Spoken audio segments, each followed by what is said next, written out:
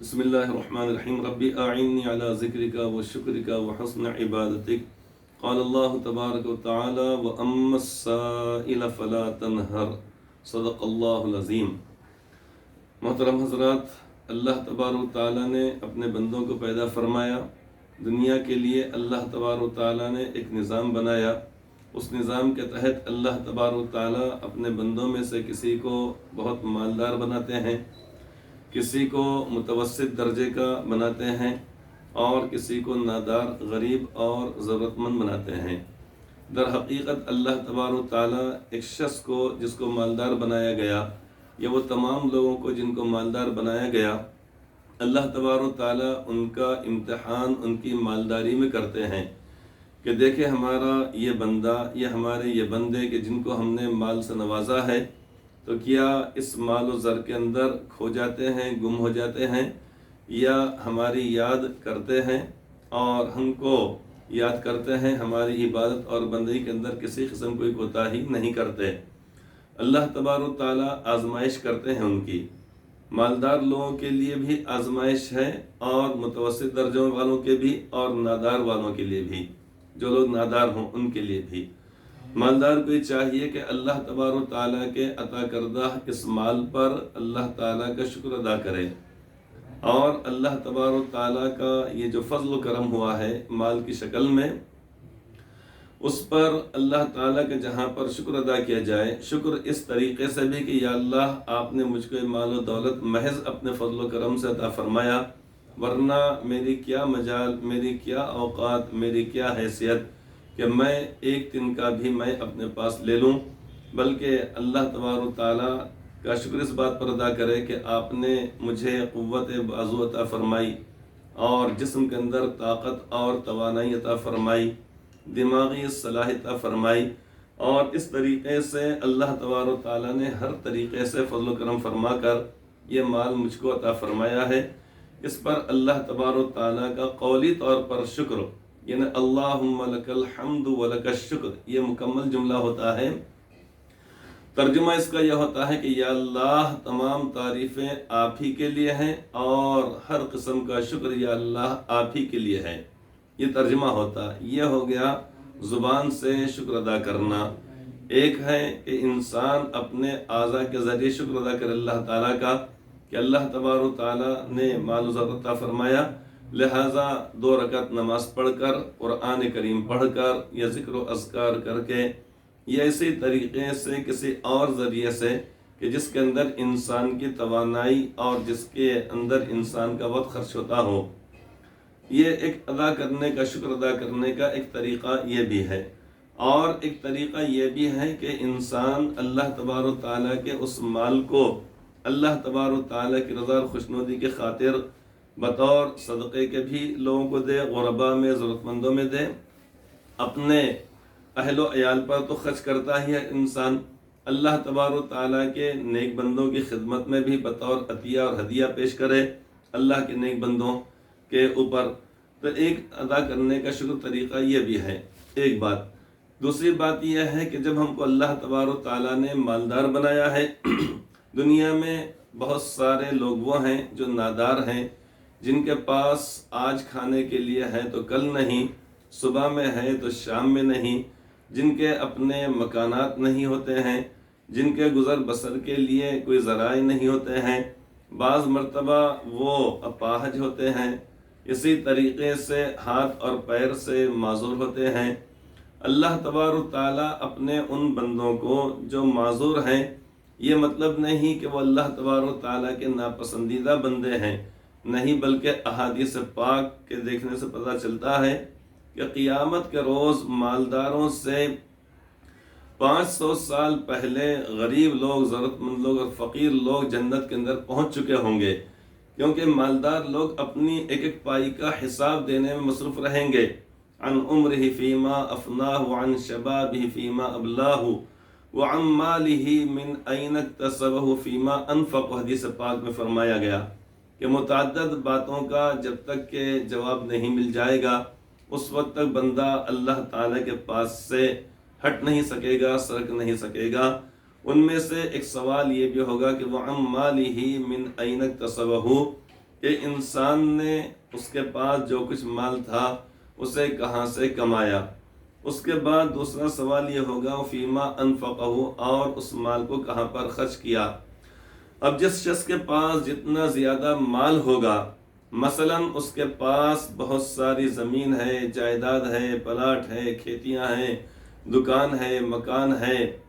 روپیہ پیسہ ہے، سونا چاندی ہے، تو ہر چیز کے بارے میں ایک ایک تولے کے بارے میں کہ یہ تولہ تمہارے پاس سونا چاندی کہاں سے آیا، یہ زمین 1 انچ تمہارے پاس ہے تو یہ کہاں سے آئی،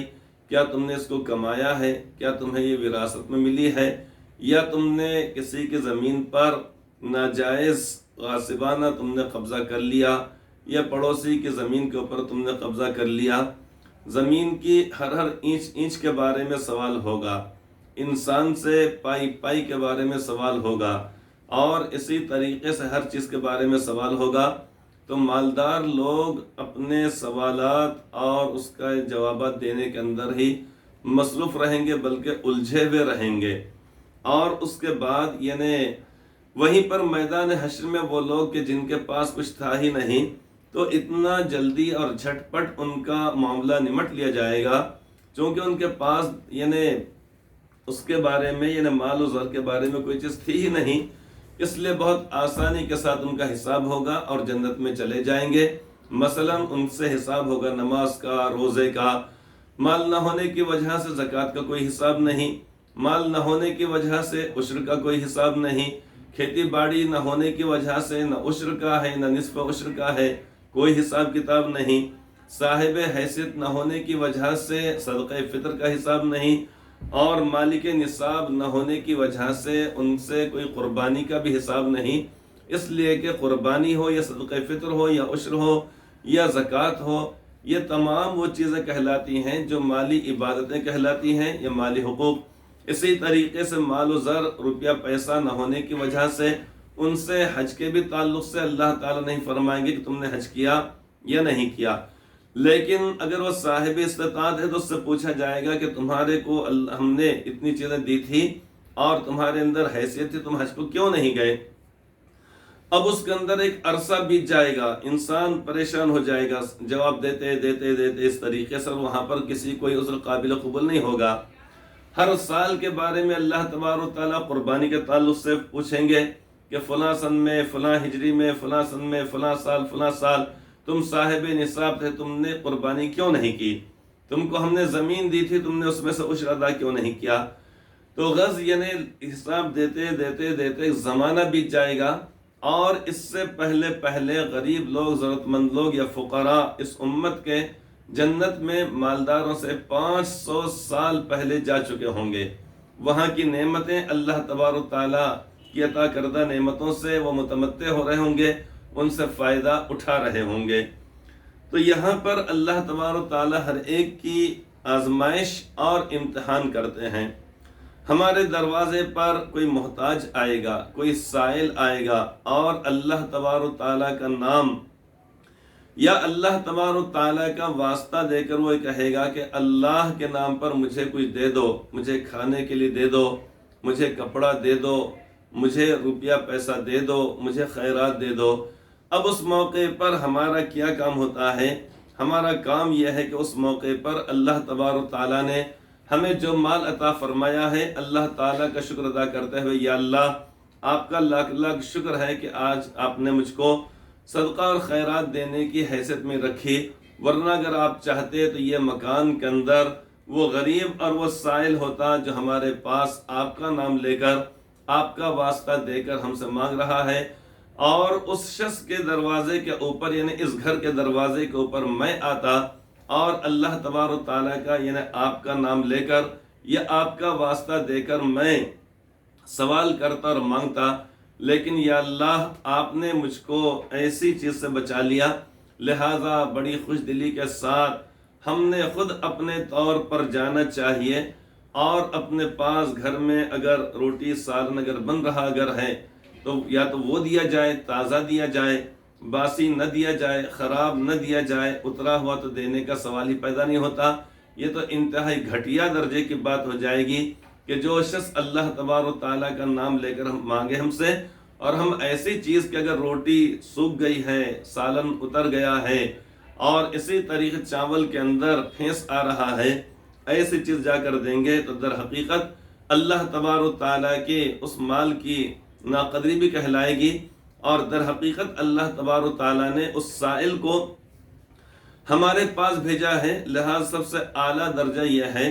کہ ہم جا کر خود اپنے طور پر، یا اگر کوئی ضعیفی ہماری ہے، مجبوری ہے، کام کاج میں مصروف ہے، تو اپنے بچے کے ذریعے سے، اپنے خادم کے ذریعے سے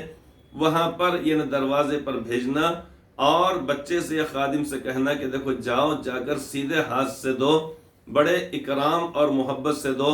اور بچے سے کہنا چاہیے کہ دیکھو یہ جو آئے ہیں مانگنے کے لیے، وہ در حقیقت اللہ تبارک و تعالیٰ نے اپنے فضل و کرم سے ہمارے دروازے پر ان کو بھیجا ہے، لہذا ان کی کوئی بے اکرامی نہیں ہونا چاہیے، ان کو حقیر نگاہوں سے دیکھنا نہیں چاہیے، سیدھے ہاتھ سے دو اور اکرام کے ساتھ دو، اور اللہ تعالیٰ کا شکر ادا کرو کہ اللہ تعالیٰ ہم کو اس حیثیت میں رکھا ہے۔ لیکن کبھی کسی بھی غریب، کسی مانگنے والے کی توہین نہیں کرنا چاہیے، جھڑکنا نہیں چاہیے، ڈانٹنا نہیں چاہیے، یا حقیر نگاہوں سے نہیں دیکھنا چاہیے، یا ایسے جملے کہ جس سے دل آزاری ہوتی ہے وہ جملہ نہیں کہنا چاہیے، اٹھے کہ چھٹے آگے مانگنے کے لیے کچھ کام دھندہ ہے کہ نہیں ہے، جسم میں طاقت ہے، قوت ہے، اور یعنی مانگنے کی ضرورت کیا ہے، یہ جملے نہیں کہنا چاہیے، مناسب نہیں، کیونکہ ہو سکتا ہے کہ واقعتاً وہ مجبور ہو گیا ہو اور وہ ہمارے پاس آیا ہو۔ قرآن کریم میں سورہ ضحیٰ کی آخری آیت پاک میں سے ایک آیت کریمہ ہے